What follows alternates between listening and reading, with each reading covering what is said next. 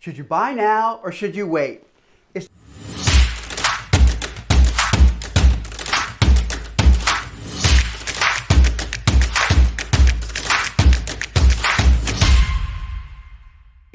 It's the number one question buyers in Richmond are asking in 2025, and honestly, it's a fair one. Rates have settled down, inventory is shifting, and the market isn't behaving the way headlines make it sound. Today, I'm breaking down the real math behind buying in Richmond in 2025, not hype, not fear, just facts. By the end of this video, you'll know whether waiting makes financial sense or whether waiting is the thing that costs you the most. Let's start with the biggest variable, interest rates. Right now, we're seeing rates hover around 6.3%. They're not in the 2s or 3s anymore, but they're also not spiking up and down like they did 18 months ago. This stability matters. Predictable rates help you budget more confidently and make better long-term decisions. Now here's the math that surprises most people. On a $400,000 home, a 1% change in rates moves your payment by about $250 a month. But a 5% price increase on that same home moves your payment about the same amount. So the real question isn't, will rates drop? The real question is, will prices rise faster than rates fall? In much of Richmond, Midlothian, Short Pump, Glen Allen, Bon Air, prices are still trending upward, even with longer days on market. Not skyrocketing, but steadily rising. So even with rates at roughly 6.3%, price appreciation still matters most in the long run. Now, let's talk about monthly payment math, because this is where most buyers misunderstand the timing.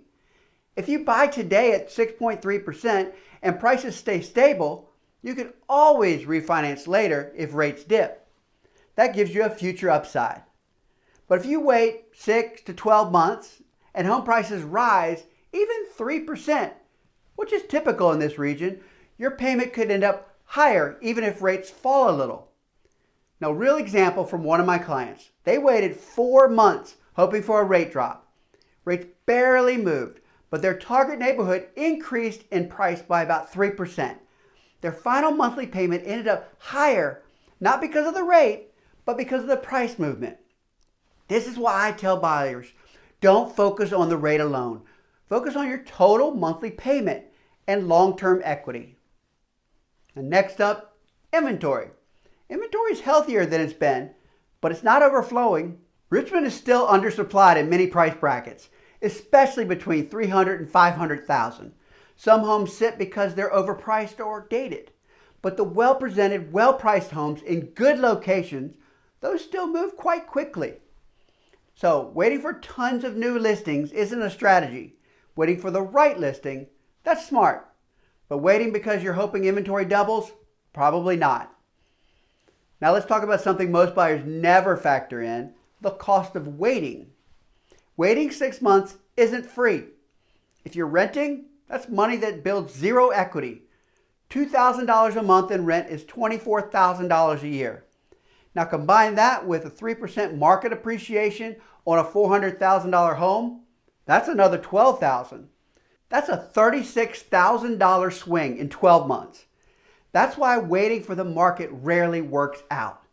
Waiting for your life timeline, job changes, family needs, personal readiness, that's completely valid. If this is helpful so far and you want more no-fluff tips on selling smarter in Richmond, hit subscribe right now. I post new videos every week designed to save sellers time, money, and stress. Next, buyer leverage. This is actually one of the biggest advantages buyers have right now. For the first time in years, buyers have negotiation power once again. You can ask for closing cost credits. You can get repairs. You can negotiate terms that protect your interest. You couldn't do that in 2021 frenzy. So even though rates are higher than the old days, the ability to negotiate often puts you in a stronger financial position. Let's also talk about budget clarity, especially regarding buyer representation. Depending on how your purchase is structured, there may be situations where buyer side representation fees come into play. It's not automatic, it's not scary, and it's not confusing. It just depends on the terms. When we talk, I'll walk you through exactly how it applies to your situation so you can budget for it confidently without surprises. Now let's talk about long-term value. Ask anyone who bought a home in Richmond 5 or 10 years ago whether they're happy they did. Most have tens, even hundreds of thousands of dollars in equity today. That's because Richmond continues to grow. Jobs, infrastructure, revitalization, suburban development, and a steady influx of new residents. Long-term, owning here has historically been a strong financial decision. A buyer once told me, "I'm waiting for the perfect moment to buy." I said, "Great. When you find out what year that is, let me know." They laughed, bought a home, and now they tell me it was the best decision they made. So should you buy now or wait? Here's the simple answer. If buying fits your life, buying now makes financial sense more often than not. If your life says wait, then waiting is smart. But waiting for the market to magically become perfect, that usually costs people more than it saves them. So let's recap. Rates are steady around 6.3 right now. Price appreciation is still real. Inventory is better, but not abundant. Waiting has financial costs, rent, appreciation, lost equity. And buyers now have leverage and negotiation power again.